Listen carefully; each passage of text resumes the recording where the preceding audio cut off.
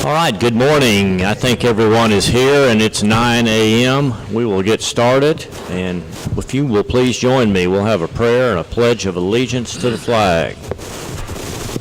Dear Heavenly Father, we thank you for a new day, and we thank you for opportunity to gather and to discuss and to handle business on behalf of the county that affects all of our residents. We pray for direction and wisdom in each one of these agenda items, and thank you for those that have worked hard to put all this together for an efficient meeting. Bless this meeting now and bless the outcomes. We pray for the protection of our servicemen and women, our first responders, not only in our community but all across this world. We thank you for those that serve our community, working for the city, working for the county. Father, protect us from the heat, and we pray for rain. In Christ's name, amen.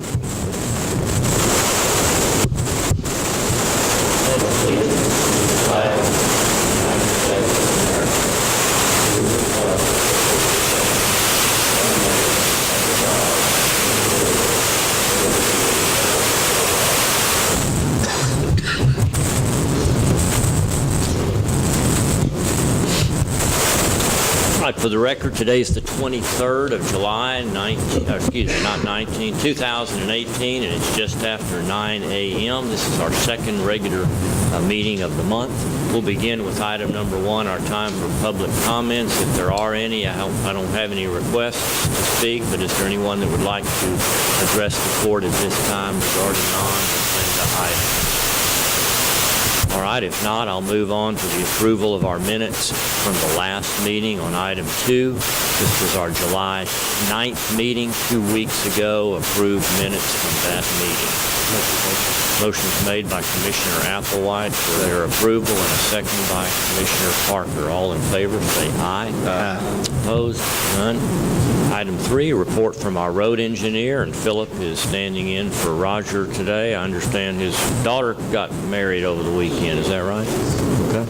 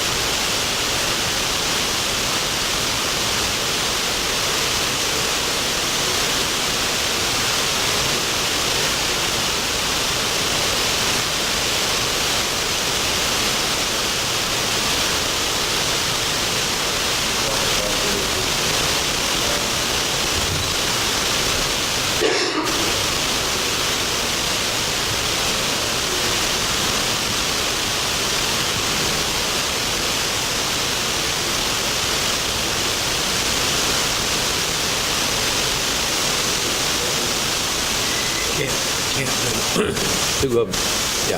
Had two of them out there, one of them, yeah.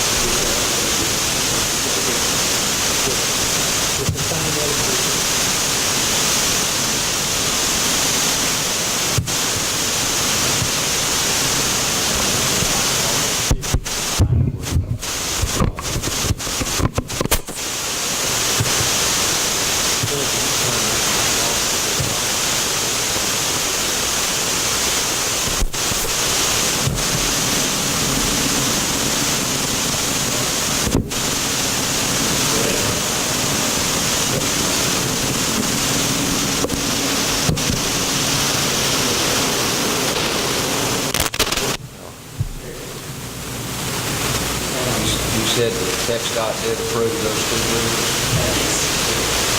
What dates are they looking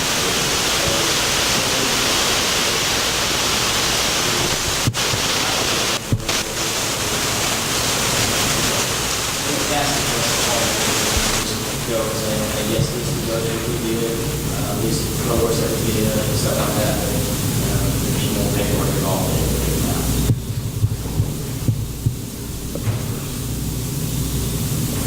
All right, any other questions for Philip? Comments?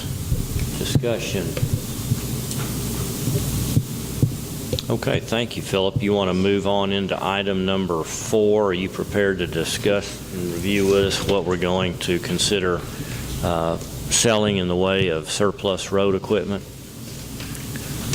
The way I understand it, they have got all the stuff.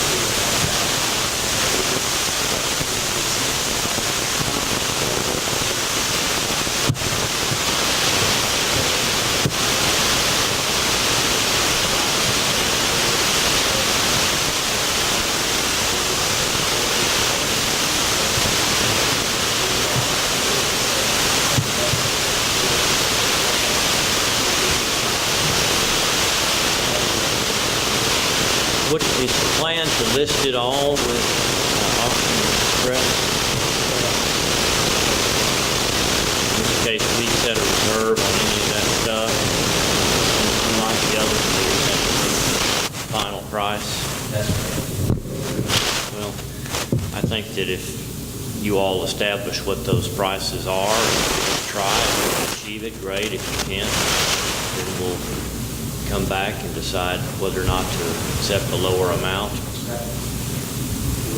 But that's just an idea. If there's any reason to hold off approving this. Location. Yeah, whatever the idea was, that way you can just show up there and see where it is.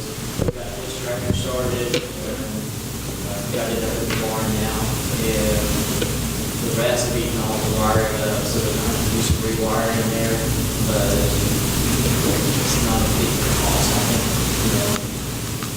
we can kind of fix it up,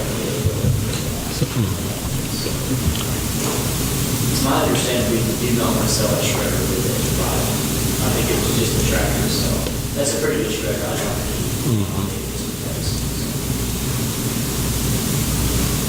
Well, if you all have any questions, once you get some values or estimates, if you want to review that with the court, fine. Otherwise, if you want to go ahead and begin the process and allow Philip to coordinate with Auction Express to take pictures and get those listed, don't see that there's anything you can lose from doing that. If I understand it, all of this is junk. Is any good equipment in there at all? Most of it, yes. Like that tractor is a pretty good tractor. Nobody uses it, so I think instead of just sitting there letting they tear that down until it is junk, I think it's a value now. Let's try to get something out of it since nobody's using it. Nobody wants to use it. Backhoe's the same way. I think that's y'all's backhoe. It's an overcap backhoe. they're gonna put them in the gap here for every time. So, and I don't blame them, it's not. So if it's not being used, then why let it sit until it was, it's after a piece of junk, and then we get the junk cars and we'll deal with it. That's what our problem is behind it. Now, one of the our dump truck, we put brake calipers on it 2 or 3 times, and the last time that we did it, that was the last ones that they could find. So I think we ought to try to get rid of it now while it's still running. You talk about that old truck, man. Was it my old truck? Yes, the old one with the long bed on it. We've had it so long, you Well, you can't can't find park parts. anymore. So, and our old water truck that we have, was having a hard time getting tires for it. Next one too, we had was, which we had talked about, maybe just changing the wheels out. And it's an old 5 wheel on that big truck. You talking about that 85?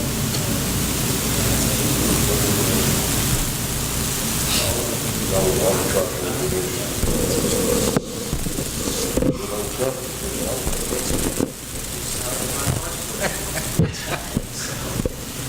But predominantly, all the equipment is stuff that we've gotten all the use out of it we're going to get. It's time to sell it. We're not going to call it junk in the ad, though, right? No, well, it's like that old truck. That's a good old truck. Somebody takes it and wants to use it like a farm. Somebody will want it. Like this, they can do that. But you're going to have trouble finding parts for it. And it's stuff that we don't use. So we're not using it all over the place. Junk and plastic with no wire and stuff like that. Okay. It makes more sense to sell it. We all have previously seen the list. What would you like to do here? I'd like to make a motion that we sell it. Okay. That's what it is. You need it. Have a motion by Commissioner Riddle to go ahead and begin the auction express process with this surplus equipment, sell it. Our second. Second by Commissioner Fields. All in favor, say aye. Aye. All right. Thank you, Philip. Let's see. Do you have any comments that we need you for on item number 5 regarding the Belf subdivision? I wasn't necessarily expecting any from you, but if you had any.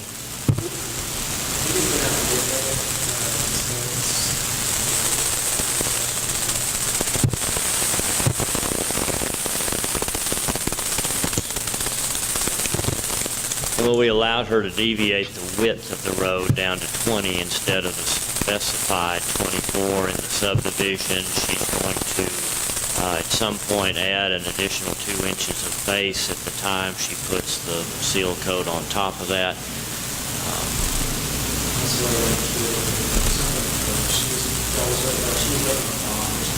Yeah, we've taken care of that.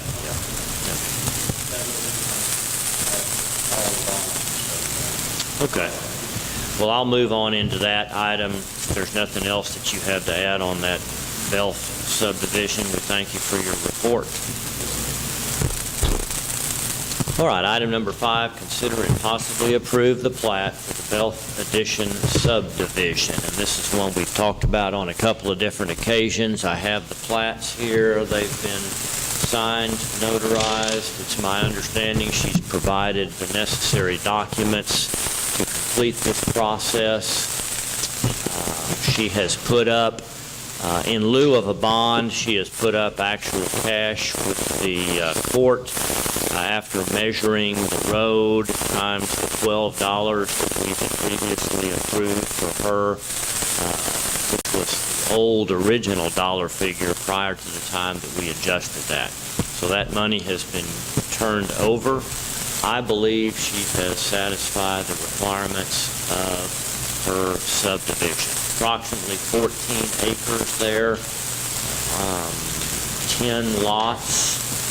She's got septic systems approved. The subdivision was designed by George Sanford, engineer. So I believe it is ready to go. If y'all want to look at that, please do.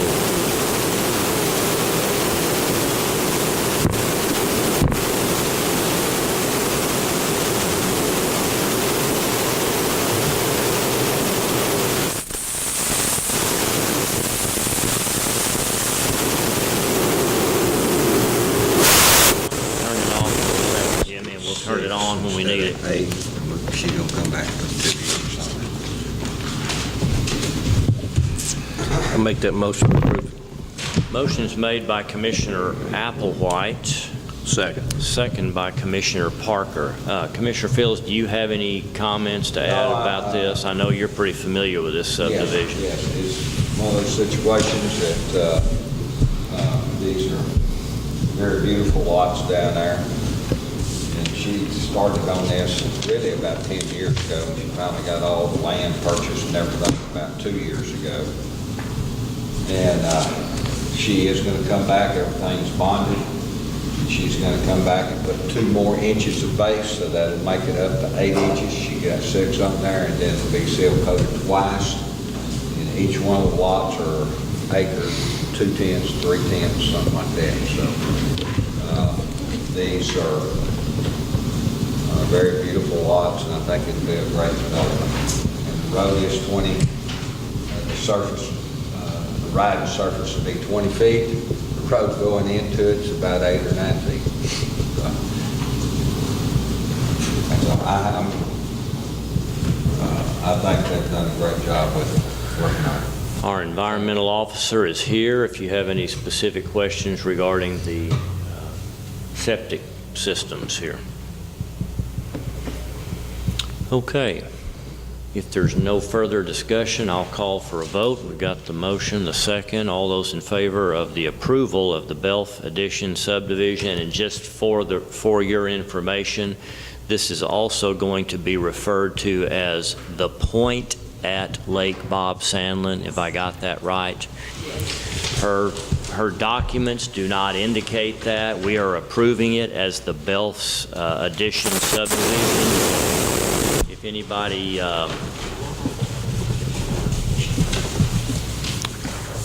anybody refers to it as the Point at Lake Bob Sandlin, it is one and the same. All right, all in favor, say aye. Aye. Opposed? Item number 6.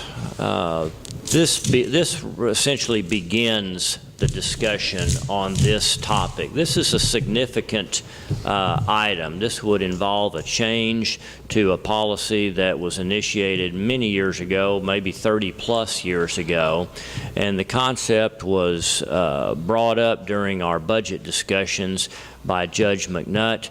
And just as a review, and I'm not looking for necessarily any action today. In fact, I would ask that you really table this for some future discussion, but that we get the word out on this. But this is to discuss and possibly take action on changing the number of precincts served by the justices of the peace. That's not really correct terminology, but let me briefly explain. We technically have 2 justice of the peace precincts. However, one of those is geographically the same as the combination of 3 commissioner precincts. And so we often, in fact, most of the time, refer to Judge McNutt's precinct as 134, meaning as defined by the commissioner precincts, and then Judge Dykes as defined by Commissioner Precinct 2. And a suggestion by Judge McNutt, who is in the last few months of her tenure, is that we would consider a change while we've got 2 new justices of the peace coming into office, that we consider balancing out the responsibilities of each of the justices of the peace into 2 and 2 commissioner precincts rather than the current 1 and 3. Now, we have not run all of the traps with the necessary authorities, And we will certainly do this before we ever did it. But again, this is today to get this discussion started and to hear from anyone in the audience that has questions about this. I'm not sure we'll be able to answer those questions, but we can certainly entertain any discussion. And so at this time, I would like to do that. We've got several folks here in the office that could be affected by that. Is there anyone that would like to address the court?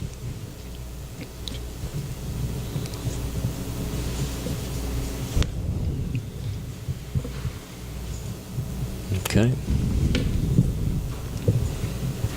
Anybody have a question? Come on up, Steve. Why don't you turn back on our microphones there for a second?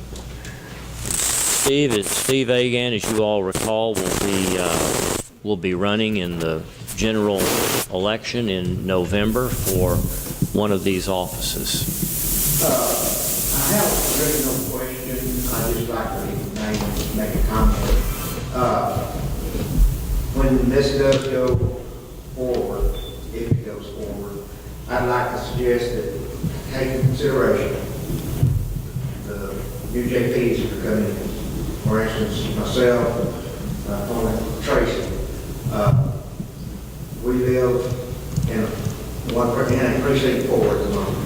And if it gets split up, then, there's some issues that could possibly come about, us being able to stay in that precinct until after the first term. So I'm just asking that you, and also the constables themselves, precinct 1, precinct 2, and JP now really up to precinct 1.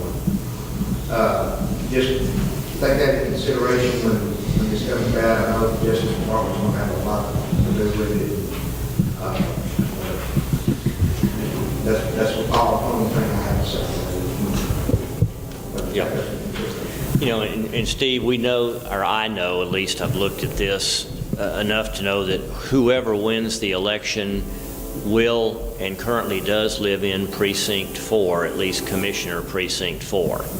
And in order to keep that new elected officer, whether it be you or Tracy, in there along with Chris Durant, who lives in Precinct 1, we have the situation where, in order not to upset the apple cart here with these gentlemen that live in those specific precincts, a suggested breakdown would be on the north and, on the south and east Precinct 4 plus Precinct 1 in the north and west, which makes somewhat of a crisscross rather than having two adjacent precincts, either the two southern precincts, the two northern precincts, the two western, or the two eastern.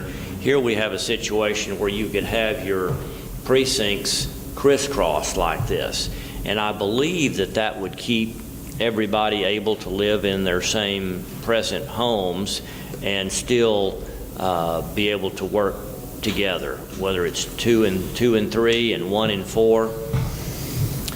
So we may run into other obstacles. That's the first one that I saw there, and while it may seem a bit awkward to have 1 combined with 4 and 2 combined with 3, the purpose would be to keep one of you from not having to move or run for a different office. And I appreciate y'all's consideration on that, giving me the opportunity to stay on. Okay. Thank you. Sure. Please. Yeah, come on up, Ray. I don't know how it all works either as far as the demographics and all that stuff, but I was looking at the map and it shows that Southgate is where it's just kind of cut out down there. It puts it in precinct 4. Is there a possibility that that area could just be made into precinct 1?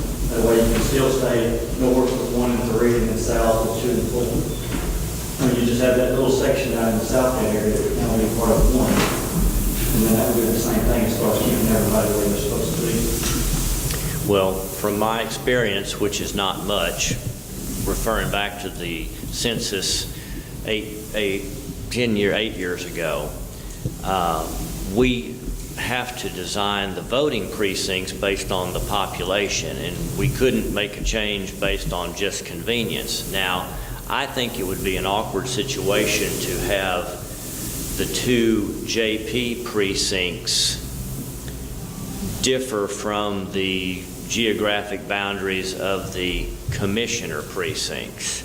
I think that would open up a whole lot of confusion for folks not understanding what precinct they are in. This is going to be confusing enough as it is. It's already confusing when you talk about JP Precinct 1, 3, 4 and JP Precinct 2, and many folks, in fact the majority, don't really understand what all that is anyway.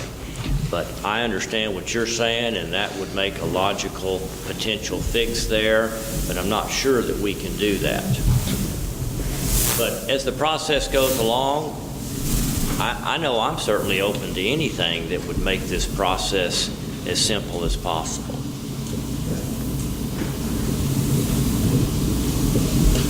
Anyone else?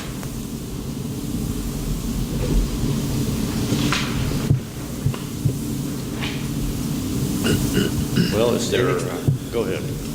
Anytime you change up boundaries, anytime you change up anything, the United States Justice Department's going to be involved, and they're going to tell you if you can do it or if you can't do it. So and I know John Martin's going to be checking on this and stuff, but there's a reason why it was set the way to start with. When it was changed over 20 years ago, it was changed because you remember Walmart at one time was across the road over here. That put it in precinct 2. When it moved across the highway, that put it in precinct 4. So when that was divided up and everything, it was all on this side, and they said basically what they were saying, most of your hot checks and stuff like this were in precinct 2. Also, the weigh station was in precinct 2. So the work was tremendous in precinct 2. Okay, you understand what I'm saying? The hot checks and stuff like this, Walmart basically got a lot of hot checks and things like this. I don't think it's near as bad. But that was in precinct 2. And the weigh station was a lot of tickets that came in. So the work was tremendously at that time in 2. That's the reason we did 1, 3, and 4. So we didn't have that type of work schedule. And your boundaries are set up for every 10 years. In 2021, they will redo the boundaries. You can do them at that time. You can't do it now. They're not going to let you change.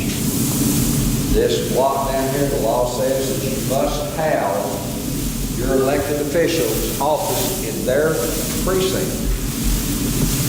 I worked on that 6 months. A third of that block is in precinct 1.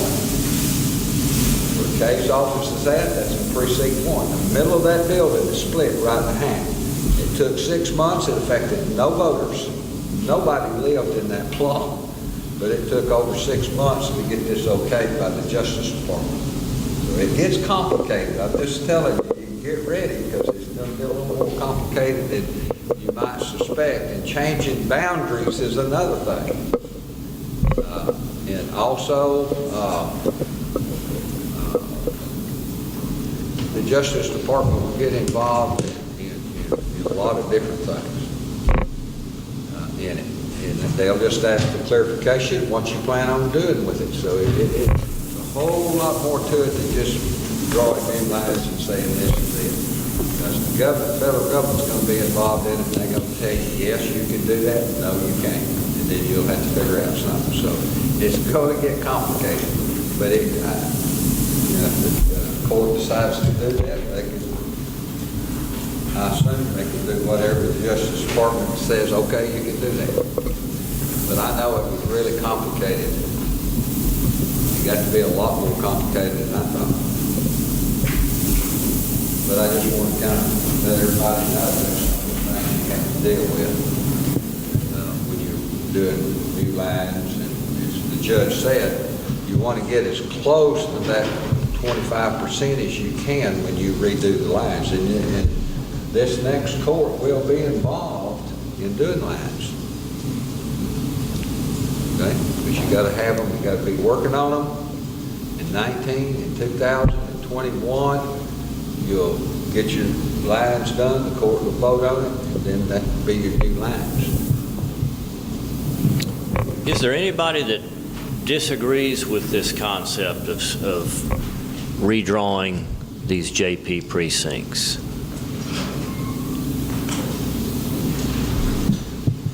All I can say, Judge, is now Walmart's in precinct 4. Okay?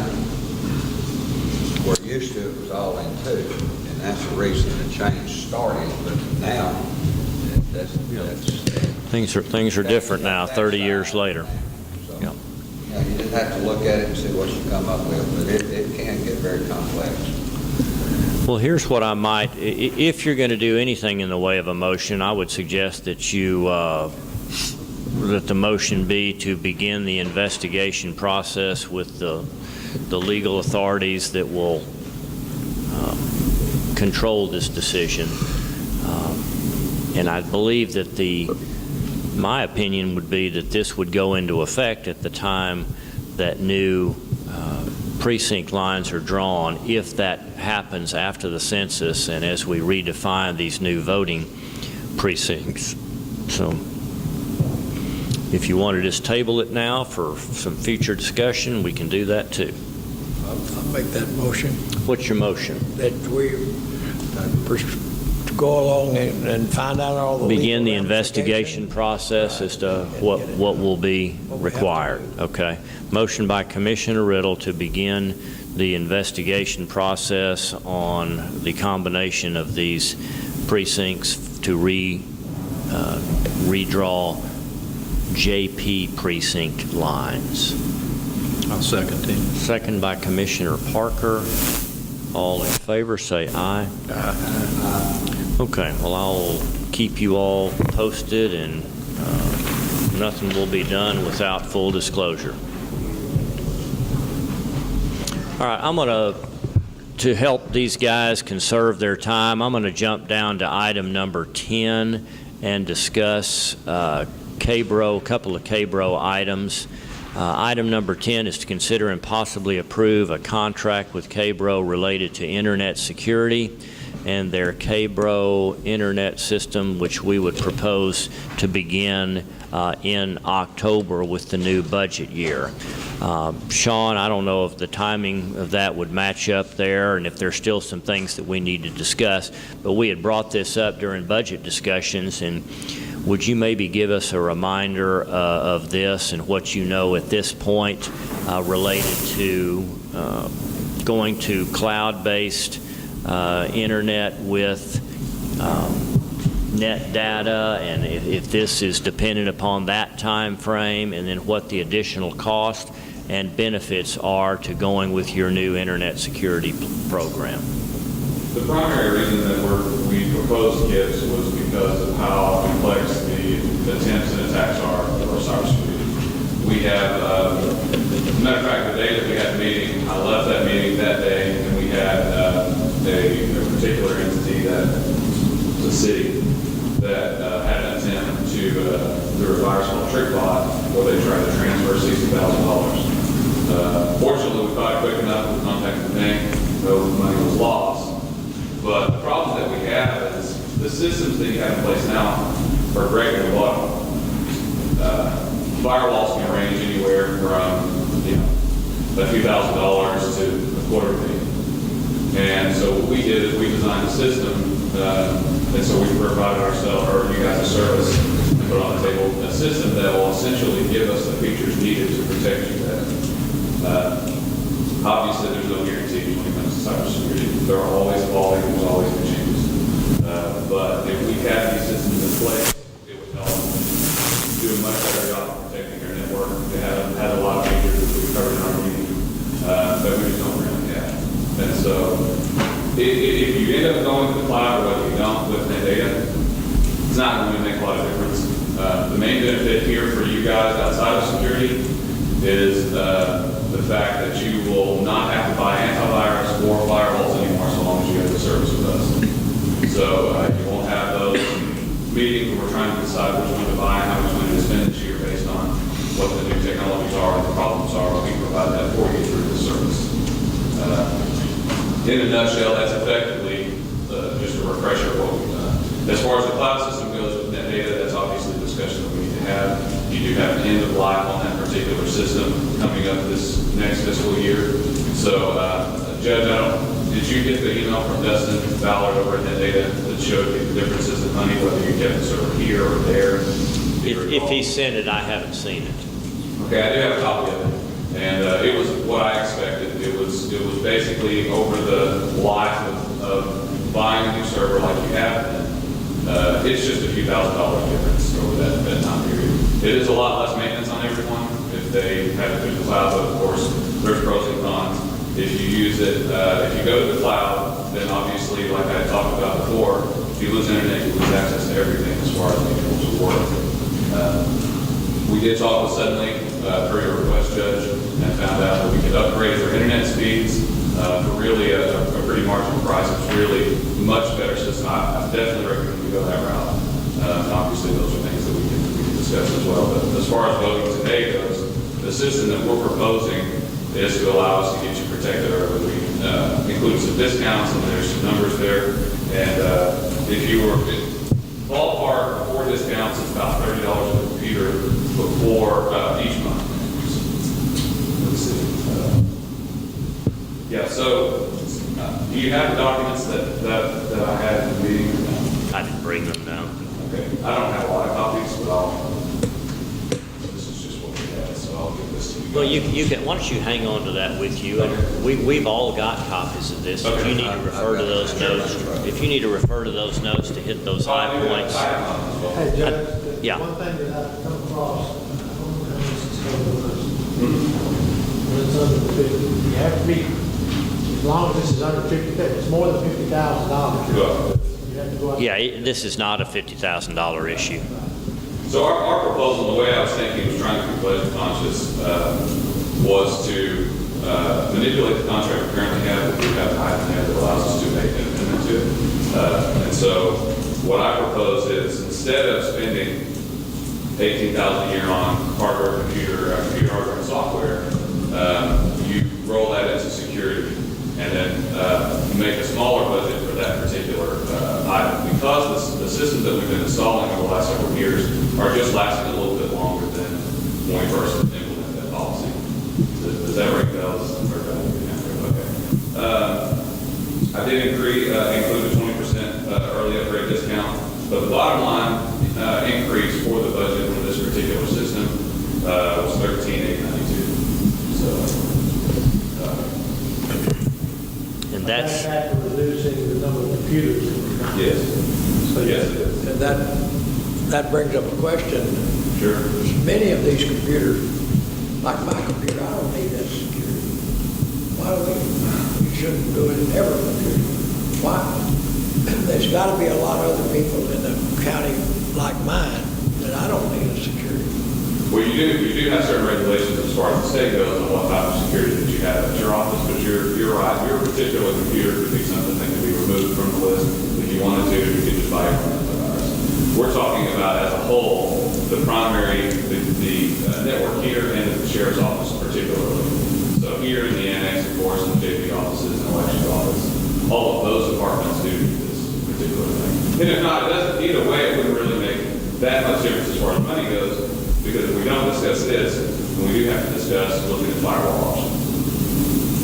what computers might not need protection? What's the difference? Like, why would his not need it? Everything right now comes in through the internet first, and then it comes through your firewall, and then it goes to all the computers.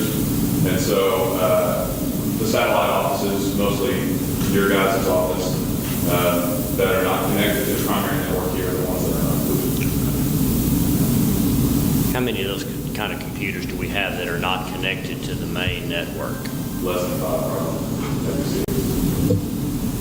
So it's a very small insignificant amount. Considering, I think the last time we ran inventory was 134 here. So Well, how can we eliminate the entire $18,000 a year for new equipment. I mean, we've got to have some new You equipment. definitely will have to make a budget for hardware. I just don't think it will be nearly $18,000 because of the way things are running now. We will do a couple of things that we'll include with this particular service. We'll add to the contract is help with inventory. Obviously, we talked about document services and inventory. Assistance with technology budget, so we can help get with each department head, discuss their potential issues and things, growth and things like that they want to possibly implement in the future, and try to find some alternatives. One of the ways we can save money is upgrading RAM or the drive, because the systems that you do have in place, you have some expandability as far as that's concerned. So you don't necessarily have to buy a brand new machine every time that it comes up. However, you're definitely going to have the departments that decide that they need something because something new came up this month. There will definitely be items outside the budget, just like there are every year, where you will have to spend that money. But I just don't see it being $18,000 or anywhere close to that. But that $18,000 essentially bought us about 20 new machines a year and kept us on a replacement of about once every 5 to 6 years. Yes, sir. And you were effectively spending about $600, $650 a computer, and you were spending $200 to $250 on licenses for Microsoft Office. So that's kind of where that. And it's a good policy. There's nothing wrong with it. It's certainly something that's helped us. It caught us up to speed. I can tell you I've had these discussions in other counties, and one of the main problems that they have is they're always behind. There's always about 30 to 50 computers that are too old. You're not there anymore. So. Okay. All right. And us making a decision now rather than waiting until the beginning of the new budget year enables us to get some early discounts. Yes, sir. Early discounts, and you do have enough here for your contracts if you want to keep things as they are. Spend 18 on the computer. We'll continue to replace those.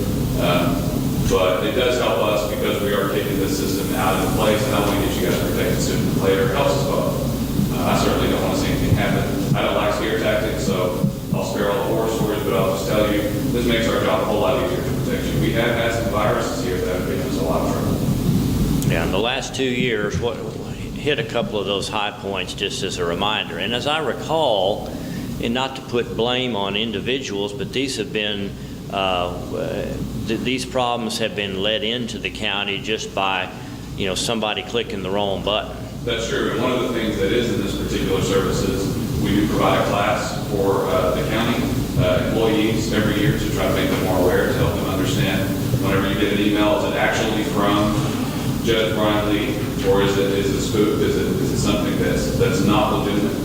Helps you with links. It also gives us the ability to contain and block particular links, able to contain traffic at the spot rather than allowing those viruses to spread across the network. There's a long list of features that it allows us to do that we just don't currently have. And for you to get those features, we end up having to spend quite a bit of hardware. We had, as a matter of fact, the virus that I referenced a few minutes ago called TrickBot, we had it here. Fortunately, we were able to contain it. There wasn't any kind of issue as far as the banking was concerned. But I will say that that particular virus gave us a lot of problems. And we had to spend quite a bit of time to really get it squashed out as it kept spreading. Where did that virus come from? The JP2 office. I know. Through a link, we believe. It's hard to trace the source. Sometimes we don't know. It could have been handed through. There's so many sources that can be through. Of course, your county email, which we host, we have so many measures already that keep you protected. We prevent all types of sorts of attachments, certain types of course, we have blacklists and all the standards. We follow RFC standards, so there's this long list of things that we can do. We can only do so much. At the end of the day, the end user has to be aware enough to be able to be safe and protect themselves from downloading something that they think is legitimate.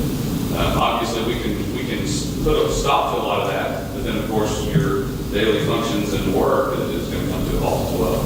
So there has to be a happy balance there. The creativity and knowledge of the bad guys is ever increasing, and if we don't have ever improving security, we'll continue to be vulnerable. But what they were doing today and what they were doing a year ago is different, certainly different from 5 years ago. And we best be prepared for the future every time we have that opportunity. That's my opinion.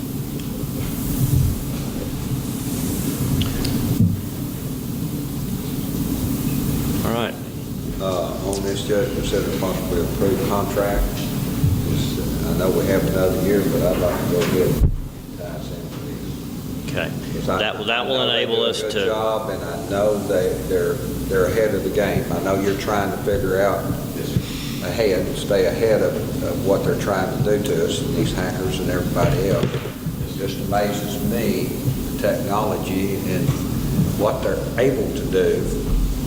And you think it's somebody way over here, somebody way over here. It might be somebody right here in Titus County that's fooling with it. You just don't know.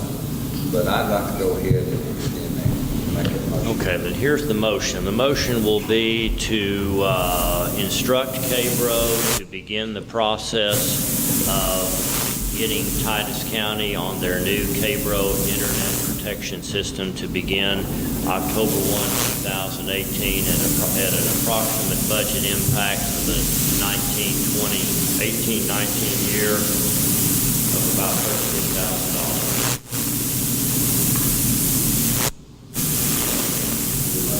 Okay, and second by Commissioner Riddle. Any questions or discussions? You got Sean here to answer any of those. All right, if not, I'll call for a vote. All in favor, say aye. Aye. Opposed? All right, thank you, Sean. While you're there, let's move into item number 8. Consider and possibly approve the purchase of a new true automation server for the tax collector's office in the amount of approximately $20,000. And this would be an expenditure now as opposed to waiting until the new budget begins. But during the budget discussions, Sean discussed with us while Judy was present the fact that KBRO could save us some money by purchasing this new server through KBRO as opposed to through True Automation. And there doesn't appear to be any reason why True Automation is fighting that decision if we choose to buy it through you, and they have not indicated that would produce problems for us if we didn't buy proprietary hardware from them. Is that right? Yes, sir. They actually sent us the list of hardware that we needed to and software that we needed for their systems to go in place. Obviously, I think we talked to Judy and you guys about how Microsoft, not Plat, use that to reboot the computers every day. The OS server 2008 is outdated. I was hoping to save a little more money than I did. Obviously, we saved some money because you save money with us because you have a contract with us. We didn't charge you anything for doing all the legwork and building the system ourselves and all of that. Really, what you're paying for is pretty much the server hardware, the licensing receivable, licensing for Windows, as well as, of course, storage and those types of things. Comes to about $17,000. It's definitely cheaper than their quote initially was. It was over $20,000. And the time before that, I think the initial bid about 9 years ago was $40,000. So I would say 30 or 40. I don't know. I have to check records to be sure, but from what I recall, that's what I was. So you do have the cost from us for 17, roughly 17. The only other charge that we had as far as the quote that we got from them was the migration currently.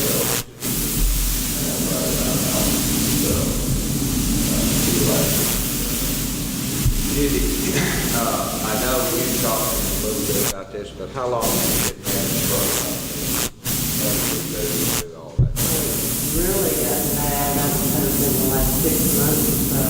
I mean, we could be, It's really got a the lot. payments, the system will go down, we have to reboot computers several times a day to get signed on to the system, and next time we get back on, it may be down. We've had a lot of issues here in the last few months. Well, you talked to me about it, and I knew you were having this problem. With today's approval, we'll be able to get this new equipment installed and ready for her busy tax season that'll begin here. I do have everything prepared and ready to go with the assumption that you are going to approve it today. If not, it's no problem. Okay. But if you do, I have it ready to ship this week, so we're hoping to get it all finalized and everything started within the next week. How long are you looking at getting this? Because we send taxes, we send that out in October. in October. That's okay. I'm looking at shipping it this week. I'm more concerned about it. And having it in by the end of August. Yes, for sure. Okay. Unless, I say for sure on our part. Our part will be done within, I would say, the next 10 business days. As soon as we get all our hardware and everything in we need. It'll take us a few days to build it. Once we have it installed, ready to go, we then have to hand it over to your automation. They have to do their job. I just can't say what. Do they come here? Do we take that server to them? What? They'll come here. Should be a fairly seamless process. We do this with systems all the time. It's not a big deal, but we do have one part, obviously, a bottleneck where we have to wait on the software company to do the job. That's what I was worried about. I wanted to make sure we'd be able to get to all our taxpayers and be able to get the information to them that they need. Ideally, it'll be done after hours. Our part will definitely be done outside of regular business hours. Hopefully, they get their part migrated. It really shouldn't take more than an evening for them. Now, the sheriff's department, I know there's people trying to go in on that, and that's a different subject. But let's go back to what you did, then I want to talk about the sheriff's department after we take care of this. I make that motion, Judge. Motion's made by Commissioner Fields to proceed with the purchase of a new true automation server for the tax collector's office. Second. Commissioner Applewhite gets the win there on the second. All in favor say aye. Aye. All right. Sean, is there anything else here that we need to ask you about? Commissioner Fields is going to ask you about Sheriff. I think that's the only agenda items I had for you on here. I know the sheriff's department had trouble with people really attacking them and stuff. And that's, I know y'all done a good job controlling that, making sure, but that's always going to be a problem, isn't it? Yes, it's ever evolving technology just that way. We have a long list of things, obviously, we can cover as far as all the different departments and things that go on. But I'll have to give credit to my man, the guy before Seth, Brian, my brother. You know, he's done a phenomenal job for those guys, and I think they're very happy with his services. So, I hadn't heard any complaints or anything. I knew it was a problem, people trying to get in on the system. Sheriff's offices tends to be, we spend a lot more time there. Really, they usually come to about 30% of all your computer systems. So we spend more time there than we really anywhere as far as overall workload at the end of the year. So, All right. Thank you very much. Appreciate your time. I feel a lot better about being able to protect you guys and obviously allow us the tools we need to get our job done and make a lot better. That's what we want is protection, because, used to you didn't have this problem because you didn't have the computers, but now you can't operate without it. Thank you. Thanks, Sean. Thanks, Sean. All right. Paul Lindsay, in order to be efficient with your time, I'm going to move to item numbers 11 and 12, and Paul is here to address those. The first one has to do with our panic alarm system, buttons that are placed strategically throughout various offices that would enable an immediate call to the sheriff's office in the event of danger. So, Paul, tell us what you'd like to do here on item number 11. Consider and possibly approve contracting with Secure Tech Systems, who currently services or who currently is the provider of our panic button system, and we want to contract with them to service this unit, purchase a 2-year warranty, and buy a couple of additional buttons, one for the veteran service officer and another for juvenile probation, all of which to be paid for from the security fund, I hope. Judge Lee? Yes. Our office needs one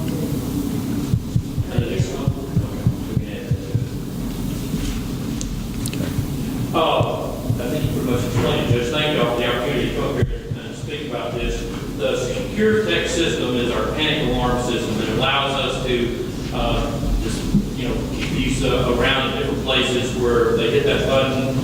It automatically goes to the sheriff's office. It also part of the new system when we upgraded it in 2015 was that it would send text messages to your smartphones, and it also sent an email to your smartphone. Well, the contract on that expired in 2017. Now, the thing still works without any trouble, but it needs some updating that I'm not familiar with exactly how to do. We're going to have to add phone numbers. We're going to have to delete phone numbers off of it. We need new panic alarms for 3 different places now, which would add another $125 to this. If you approve this bid, basically they'll send a service person here. I'll have to be with them, and we'll go through the process of updating our email log and our text messaging log and add the 3 to it. There's an additional extended warranty for what we did. They also exchange some batteries on it. The repeaters have batteries as well, so that's part of that is to exchange those batteries. It's proven to be a real good system. It's very reliable. Probably in the last 3 years, I only know one time that it's gone off and it actually wasn't an alarm. There's a rare occasion when somebody hits that button, but you will call in cavalry when that happens. And you'll have people arriving here from all over the place. But anyway, so that's a bid from SureTech. I got that, and it's good through August 31st. If you have any answer any questions about the judge will explain what we're trying to do on the SureTech system. Any questions on it? Yeah, what is the cost to have them service it, update us, and to get that additional 2 years of warranty that would begin, I guess, at the time we sign the contract? Right. Whenever they do the service work, if my understanding, we'll start that contract. Okay. So I've got those figures here, if you don't. Do y'all have, I got copies of it, Judge. Okay. To service the system, replace the backup battery, replace all batteries and transmitters, replace the repeater batteries, service and test the complete system, $1,059.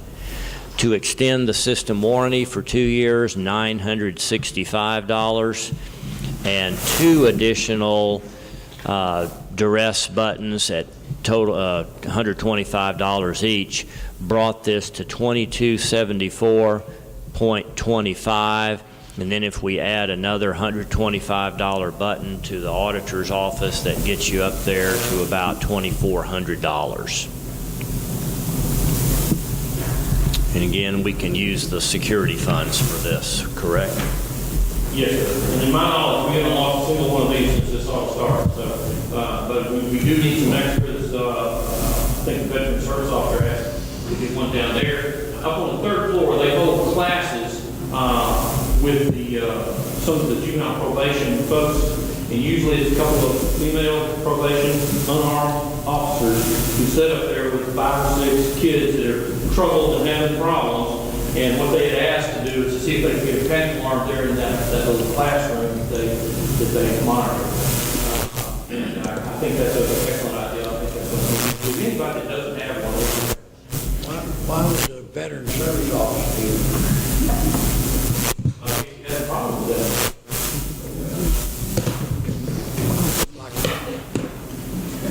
Like almost anything.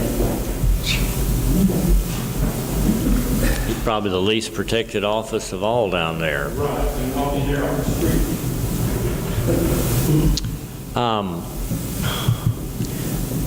Just because I'm curious, let's say that they're conducting a class up there on the 3rd floor after hours, as is often the case, and the entire courthouse is all locked up. What's the practical answer? How does law enforcement get into this building? Do they all have a courthouse key, or is there another? I'm reading the sheriff's office. All those deputies don't have keys to the courthouse now. That is a problem. The classes usually start about 3:30 to 4 o'clock when they come in, and they're over with by 6. So you've got an hour of lag time there that they come in and that they are locked in here. That's a problem I don't think I've tried to address yet, unless we want to try to get an officer that can sit in here between the hours of 5 and 6 until that class is over with. Because you're right, it is a problem. I've talked to Ebony about it. She's the one that asked for the panic alarm. That she's good till 5, but after that there could be an issue where at least you know she was in here and she needed help, but not necessarily be able to get the first responders in there right then. So we'll have to try to. Well, you've got other employees that are in here after the doors are locked as well. I mean, I think that's something that we ought to think about is there, like a lot of commercial establishments have a special fireman's entry key that allows them access there. I mean, maybe you could put it on the downstairs elevator door if for no other, rather than. I'd have to get with dispatch to make sure that they understood if they had an after-hours alarm to where to direct the sheriff's office or PD officers to be able to enter the building. We can look at that. That's a good idea. But if we put one of those special override access locks on that ground floor where the elevator is, at least give, or at least one of these doors where they could educate the sheriff's office, here's your emergency entry and it can be accessed by, I don't know what that would be. Try to find a system that will allow them to do that, but I'll check on it, see if we can come up with something. I mean, you wouldn't think that there'd be a problem once the doors are locked, but who knows? But that's just what I was thinking about. There are people in here, classes and stuff like that, Yeah. the impact panel comes in here Yeah. after 6 o'clock, and they open the door back up at 6:30 and then lock themselves in. Right. So that is another issue that we need to take a look at. Hey, Paul, that, what the judge is talking about there, it's a box that just mounts on the side of the wall, and there's a key inside it, and nobody has the combination to get into it except who needs in there. Okay, so What the the way fire that works, Yes, it's sir. just like at a vacant house being shown by a realtor. You get in Similar there to and that that. gives you just a key. Yeah, To but this open the door. is a big box. We put them on Chapel Hill while I was out there, or put one on there. And that way the fire department, if they get there and it's after hours and there's nobody there, they go straight to that. They know to go straight to that box, open it. And they open it, and it allows them to have a key to get into the building then. Right. So. That's a good idea. Okay. Well, back on Secure Tech, how about the approval for $2,400 worth of service, warranty, and new arrest buttons? Motion is made by Commissioner Applewhite to approve. Second by Commissioner Parker. All in favor, say aye. And again, that is security fund expenditure.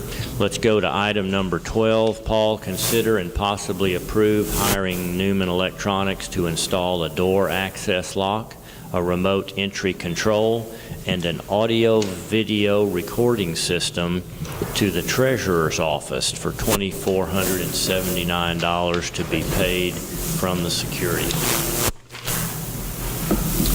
The scope of work here provided by Newman Electronics would be installation of door access lock, remote entry control. So we've got installation of a door access lock. So I guess that would go on the exterior door that leads into the hallway from Cheryl's office, a remote entry control where she can punch that button and allow somebody to enter her office, and then audio recording of people entering. Now, does that mean something similar to what's on the third floor, where it just audio and video to let her know who's outside of her door? Right. And it does have a code, key code on it where you can, if somebody from the auditor's office, they don't have to wait for Cheryl to let them in, they can punch the code and let them in. And so it's exactly the same thing we have upstairs. She's in that office by herself. And, part of our request to try to find better ways to secure our employees. To me, that was about the only answer for that office, who she's there by herself, and there's just turn the knob and walk on in. She's had a couple of people come in down there that were highly upset. I don't know if they were dangerous, but they certainly were scary, I can say that. But they complied with what I told them to do. The last one was a couple of weeks ago. We had a lady in there, and she was screaming, hollering, pounding her fist. She just called me on my phone and was not able to talk to me, but I could tell there was a problem down there, and I went down.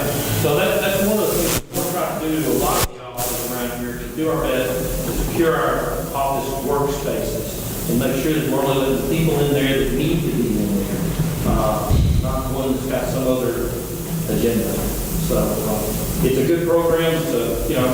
You cannot secure this courthouse in a way that you can screen everybody coming in and be way too costly.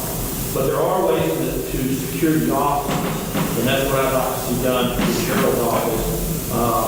Dennis can do that at a fairly reasonable price simply because all he's got to do is throw those wires over into our computer room, our telephone room down there.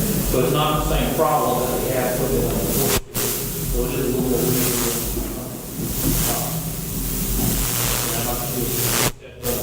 Okay. $2,479 would equip our treasurer's office.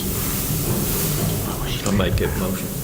Motion's made by Commissioner Parker to approve this expenditure, and second by Commissioner Applewhite, once again paid for out of the security fund. All in favor, say aye. Aye. Opposed? All right. Thank you, Paul. Hey, Judge, one other thing I wanted to mention to you guys, and try to explain real quick. This is not something you need to take action on, but the legislature's pretty good about setting unfunded mandates for us. One of those things that they did in the last legislature is they were trying to enhance security at all of the courthouses. And there was a civil fund that they actually took money out of that was supposed to, I'm not sure what that fund was supposed to do, but I'm telling you, all with the state, and they're not giving us any avenues to try to recover it. You have additional costs like the metal detector out there, the bailiffs that are having to be paid over the district court and stuff like that. And all of that's having to come out of the security fund. I know that's not a bottomless pit, that there's occasions when that's not going to be enough money in there to fund the things that they mandated us to do. Well, I talked to Cole Hefner, who is our legislator, and I talked to him about the fees that we currently collect. Right now, if you're convicted in district court, you have to pay $5 security fee. If you're convicted in county court, you have to pay a $3 fee. And then if you're convicted in justice court, you have to pay a $4 fee. There is absolutely no rhyme or reason to how they set those fees for what these defendants have to pay for security. So what I want y'all to do is you talk to your state legislator, tell him that those fees need to be raised. And I sent him an email with my suggestions for the changes to those fees, which would amount to about 25 to 30% increase overall for what they have to pay when they come in. And we're only talking dollars here, not tens to hundreds of dollars. But anyway, that's the way these laws get changed, is you've got a legislator that's going to take that to Austin, and he's going to put that through. It's a no-brainer kind of thing that if you're going to put more on us to have to pay for out of the county, then you need to give us a way to recover that. I don't want to see us have to recover tax dollars. It needs to be recovered by the people that use the system, and that's the defendants. And so anyway, I'll give you a copy of what I did, but the important thing, I think the bottom line is when you talk to your legislature, tell them that's something you want to see happen at the next legislature, because they'll be filing those bills in January. And Paul has talked to Cole Hefner about this, so when you see Cole Hefner, you can say, I fully support the security fund items that Paul Lindsay spoke to you about. He will know what you're talking about. We could actually do that as a resolution, put it on the agenda, sign it and send it to them. I think that'd be a good idea. If you're going to get something like that changed, somebody has to take it to the legislature. They passed them. Right now, Joe collects, when you file a civil suit, a $5 fee for every civil suit that you file. That money, according to Cheryl, now goes to the state. It's about $1,000 every quarter, which is $4,000. Not a lot of money that we can recover, but it could go towards a bailiff or some of the things that we need. Well, there's no way to get that money back. It went to TAC and some other training issues, but we're not going to get it as far as the county's concerned. You can imagine what kind of a pot of money that is. If we send them $4,000, what Harris County sends them, or Travis, or Dallas, or Collin, or any of those big counties, there's hundreds of thousands of dollars involved in this, and counties aren't seeing it here. And you think, I do agree with the judge, we were talking about this the other day, that that's kind of a no-brainer, that they ought to be raising some of these security fees to help the counties out. But it didn't occur last session. So it needs to occur this time. Okay? the state is real good about non-mandating. Well, I think some of the legislators thought, well, okay, well, I'm gonna get this $5 fee, maybe that's gonna help the county. But it's not going to training, I can tell you that. I feel like Cole and I also feel like Ryan both will help us on that. Let's get that done, I think it'd be a good thing for the county. Thank you.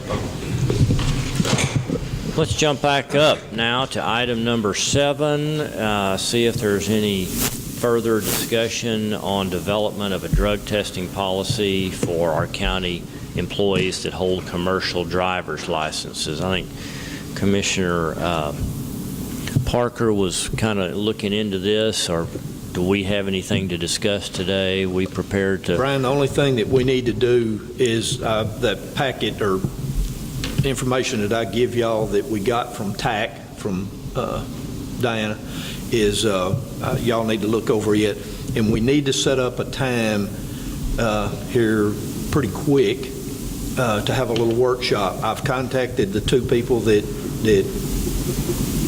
pretty much cover this area. One's out of Longview, the other one's out of, the lady that I talked to is out of Houston, and they both said that, agreed that they would come up and talk to us where we could answer, ask them some of these questions that we need to find out some of this stuff. I think all of us need to hear it rather than just one of us.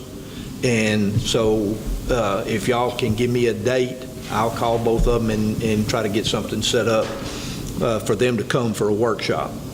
I've got a need to have a little time for the court to hear from our 2 district judges. They're not able to come during our regularly scheduled Commissioners Court times. I said I felt like it was important for you to hear from them regarding their requests for some upgrades at the annex, specifically a new courtroom. That'd be a good day perhaps to bring us all together. We can hear from the judges. We can hear about this drug policy. Okay. So I'm waiting on a final response on an agreed date from the judges sometime in early August. Yeah, I told both of them when I talked to them that just as soon as we could set up a date, well, I would contact them and let them know. So you'll let me know what that date and time is. I'll try to get them here. Okay. Is that, are they somebody trying to sell their services to us? It's a drug testing company. I mean, they do all of the paperwork and all. The only thing that we're going to have to provide is, and this is from the state, is an administrator, and the administrator cannot be anybody that has daily contact with the road hand. Right. Which, it could be one of us right now, but if this was to change, then we couldn't do it. Well, in trucking companies where the DOT requires you have this drug test and random test, the personnel, our human relations department, is the one that keeps those records and sends out a little note. It's supposed to be random. You're supposed to send them a report to so-and-so, Dr. so-and-so, to get your drug test. Yeah. And that's all they get to know, and they have to go then to get the drug test. Well, these companies set up the test, and they'll put us into they'll put us into a pool where it's not something that has to be done real regular. But I'm familiar with those companies. That's a business. They're in a business to make money, and I'm not sure that we need to spend the extra money when it's very, very simple. We don't have that many people to have to be drug tested that have a CDL. That's the only ones that are required. And what do we got? Probably 10 or 10 people? It'd be 16 and maybe even 20 if any of us have a CDL license. We have to have it too, or placed in the pool. And also, we will have to attend anybody that is involved with the road hand or the CDL drivers. Roger, we all have to go through I think it's 2-hour training. And that's another thing we need to find out if what they provide will be in the cost that they got. And that's just something we'll have to decide, do we want to use them or do we want to go a different route? once we hear what they've got to say and all. They're trying to set it. Diane Cecil, couldn't you tell us, the lady at, She's the one that all those questions that I give you back during our Yeah. hearing, she's the one that all those questions come from. She said that's what we need to find out before we go into this. So, Why aren't we just drug testing truck drivers?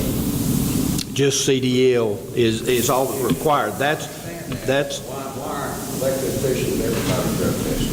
well, that's a good idea. I don't have a problem with it at all. Polygraph also. They need to be able to take a polygraph test and a drug test. That's what I'd like. The major component of this is a random. It's a random deal that TxDOT requires. It's not We just have to- after an it's a- incident occurs. It No, would be no. that plus This, random. it's not a post-accident or anything. It will do that too, but this is mostly for the random testing. And like I say, whoever's in contact with these folks every day has to go through a training to be able to spot something. If somebody is on drugs or... Well, we can have that discussion when you get those folks there and find out what is the cost, what would it take to encompass the whole county, if that's the direction you want to go. Okay, well, let me get with you on a date. I'd like to at least hear from these people that do this professionally. All right, well, that'll be we'll take no action then on item number 7, but we will look to schedule a time to at least hear from one of these companies. Well, yeah, let's go ahead and just table it. Motion to table item number 7 pending a workshop with one of the drug testing companies that can help us develop this policy. I second that. Second by Commissioner Parker to table item 7. All in favor, say aye. Aye. All right, we'll go down to item number 9. Consider and possibly approve a no-interest loan to the Cookeville Fire Department of up to $13,000 for needed repairs. If you will recall, during our budget discussions, the Cookeville Department needed about $13,000 and was asking for us to budget that in for some equipment repairs. And the comment was made at that time, well, didn't we just make a low interest or a no interest loan to the Sugar Hill Department when they had some expense needs? They had some additional expenses come up when they lost the wall of their department up there. They were able to pay for that, but then when it came time to equip their brush truck, they were out of money and needed $8,000. We loaned them $8,000 interest-free over 4 years. Is that right? Mm-hmm. And so the suggestion one of you made was to consider doing that for the Cookeville Fire Department.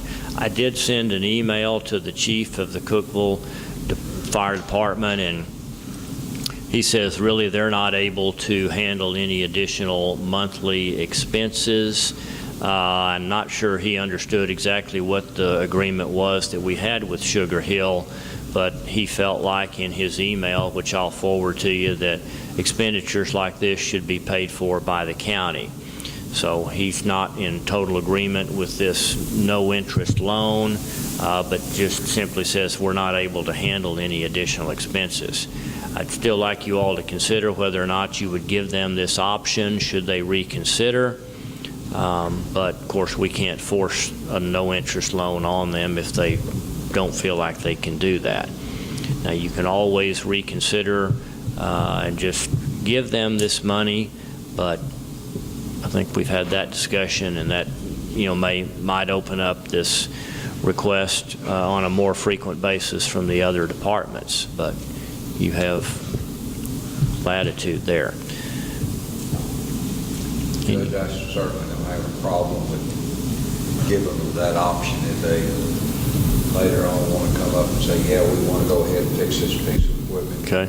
That offer still exists, and I don't have a problem giving Carl trying to do that. Okay.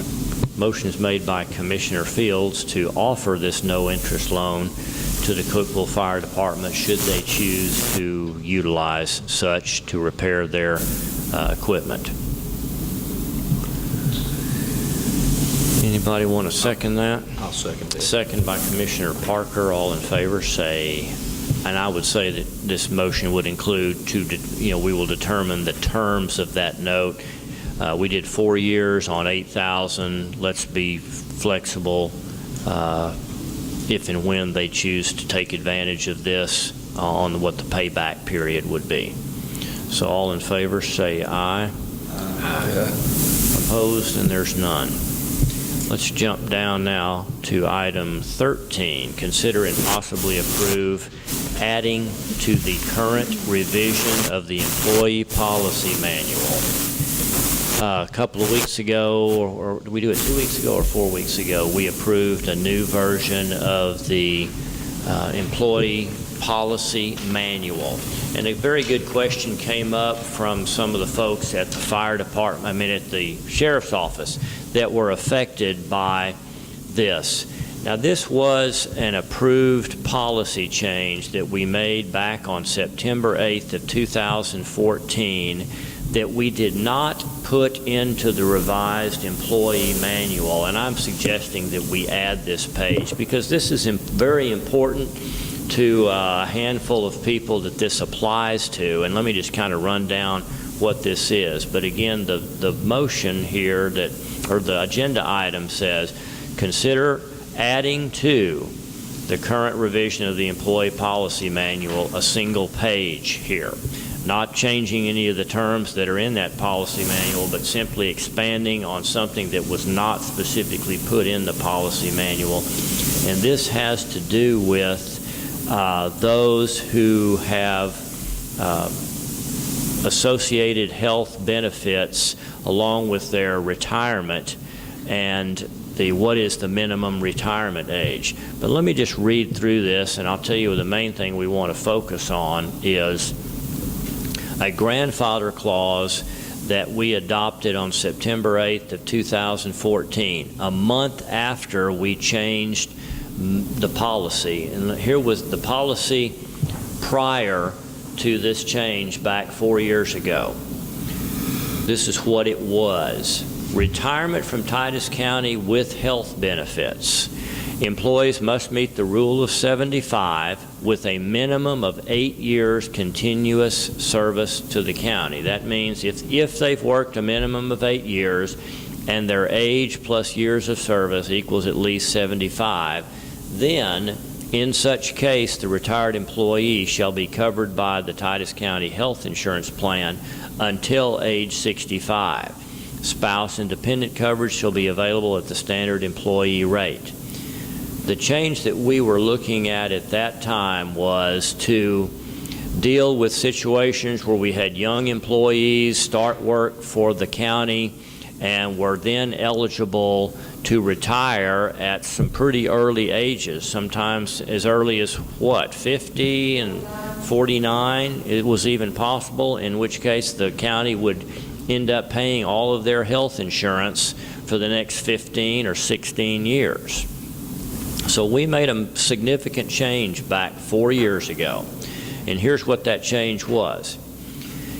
Now, in addition to the rule of 75 and 8 years of service, a minimum retirement age of 60 now becomes a part of the requirements. An employee must now have reached their 60th birth date before being covered by the Titus County Health Insurance Plan until age 65. And we implemented this in a stair-step fashion, and we allowed an earlier than 60-year birthday over a period of years. So we said that in calendar 2014, there was no minimum age requirement. During calendar year 15, an employee had to be at least 55. In 2016, it went to 56. 2017, it went to 57, so that by the time this is fully implemented, in calendar year 2020, the minimum age of any employee expecting health benefits along with their retirement would be 60. So this would eliminate this situation where we would have young employees meeting that age of 75 at a particularly young age. We then adopted one more adjustment to this a month later after it was determined there were several people that were going to be cut out of benefits that they were expecting. And here's what this grandfather clause said. Any employee that has 8 years of continuous service to Titus County as of October 1st, 2014, will not be required to have reached their 60th birthday before being eligible for retiree health benefits. This also applied to the employee's insurance and their dependent coverage. So there was a group of people there that we felt it important to take care of. They had at least 8 years of continuous service, and according to our current policy at that time, they had already qualified for this benefit. And so we felt like changing that policy would have basically stripped away and taken back a benefit that they had already achieved. So we grandfathered those in. Everything I've just read to you here, with the exception of the grandfather clause, is spelled out in our new policy manual. I think it's important that we also have this grandfather clause that specifically assures those that had 8 years of continuous service would be treated as they were expected if they decided to take early retirement. Rather than just cutting that out, I thought we would just add this entire page that was approved back in August and September of 2014. Just simply add this page at the appropriate place in our employee policy manual. Make that motion. Motion is made by Commissioner Applewhite to add that to our policy revision. I'll second. Second by Commissioner Parker. Any discussion on this item? If not, all in favor say aye. Aye. Opposed? Thank you. All right. That gets us down to our approved oral and written reports.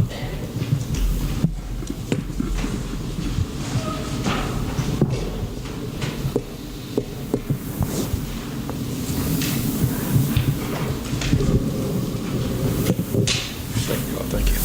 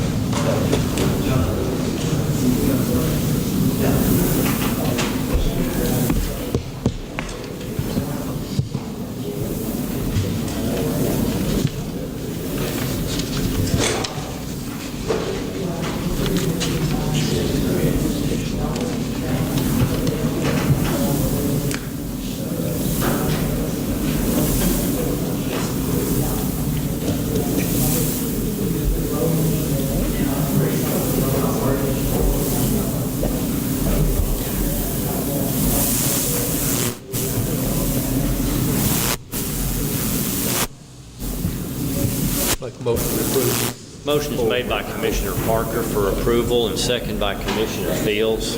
All in favor say aye. Item 15, consider possibly approved treasurer's report.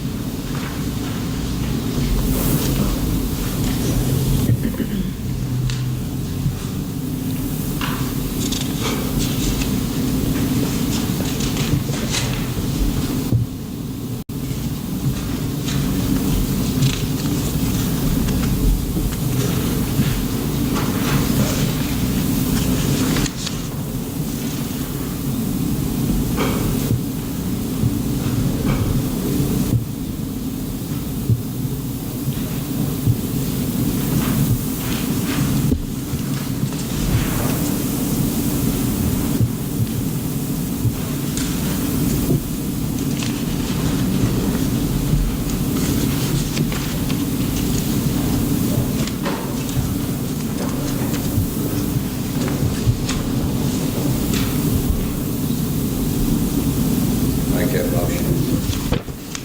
Motion for approval is made by Commissioner Fields. Second by Commissioner Riddle. All in favor, say aye. Aye. Opposed? Item 16, consider or approve budget amendments, if any. There are no budget amendments. Sign orders and approve payments is item number 17, to pay our bills. Make the motion. Motion's made to pay those bills by Commissioner Applewhite. Second by Commissioner Parker. All in favor, say aye. Aye. And then lastly, closing comments.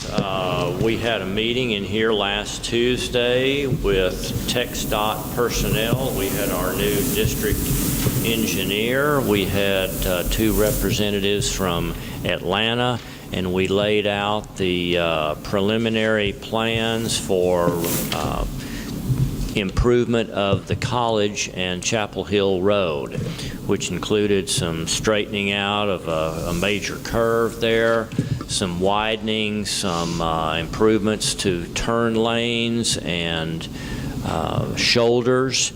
So it kind of showed us where we were going to have utilities that needed to be relocated, primarily water lines, electrical lines, and then where we would need to purchase right-of-way from residents down there. It affects, I think, about 3 houses, a water storage tank belonging to Tri-Water down there, but Commissioner Parker, looking at that with Roger Ledbetter, felt like it was a reasonable plan, and they basically were asking us, are you okay with this to have a public meeting to begin these discussions?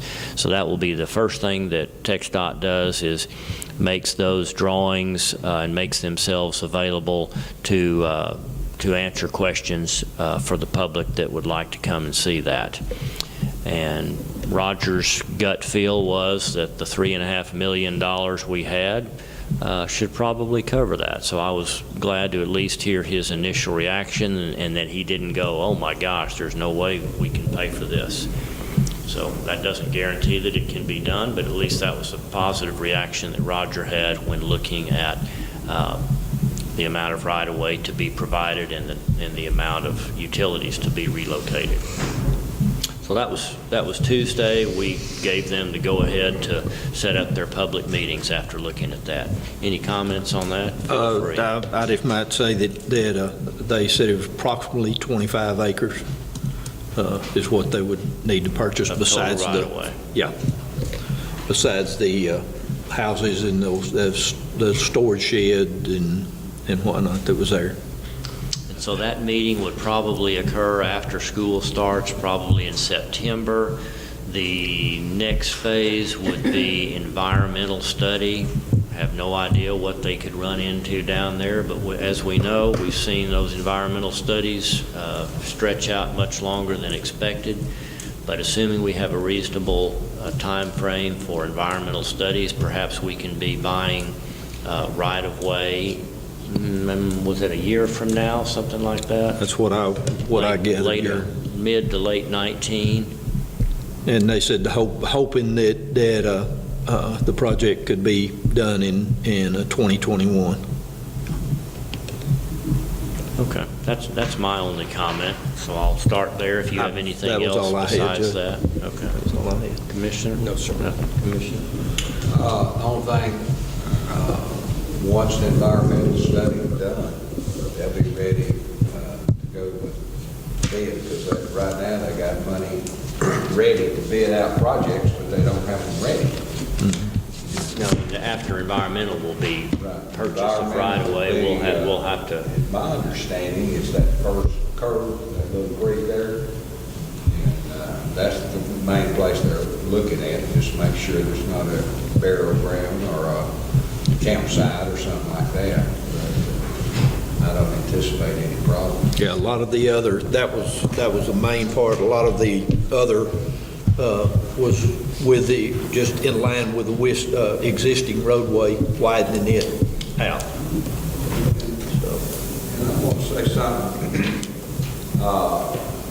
This was in 99, 2000, that we talked about that. We did bonds in 2004. 2004. Okay. This was where they were looking at the Harts Bluff School. We had some turning lanes. We had several young people get killed in car wrecks out there at the college and stuff. The courts in the past have looked at this, and thank goodness for the good job. Jimmy's been on top of it, working on it, and Al has worked up there at Harts Bluff on that. That's done. We've got turning lanes. Since those turning lanes have been put in, we hadn't had any kids killed trying to get into the college is where we had them killed out there. And then we had several wrecks, I think, out here at Harts Bluff, but nobody killed. But the turning lanes and all that just didn't happen. It took the courts in the past, and people everybody working together to get this done. And this is fixing to be a reality to make it much safer. We have a lot of kids that go to school out there that live here in Titus County, plus Franklin County, Red River County. We have a lot of kids coming in here. But since that turning lane's been put in at the college, we have not had a young person killed out there trying to get into that college. And we have not, as far as I know, we have not had any major fender benders out there at Harts Bluff School. Those things you got to plan way ahead, and I appreciate especially this court, Jimmy, and now going ahead and pushing those projects and making sure they were done. Well, that's one thing I'll add to what Mike just said there. That's one thing that they said it would be. It'd be a turn lane all the way through this section and shoulders put on with it. So that will help out tremendously out there, I think. The work begins down there at Poolside Grocery and ends, was it right at the school? Just this side of it there where it was widened to, where they curved it out, just this side of the row of 4660 that turns in front of the school there. It's just up probably less than 100 yards, I imagine, this side of the school. Chapel Hill School. Yes, sir. That's where it stops. So there's no work in this project between Chapel Hill School and the college. That's already been completed. That road's been done. Okay. Any other comments? That's all I have. Commissioner Riddle? Okay. All right. If there's nothing else, I'll entertain a motion to adjourn.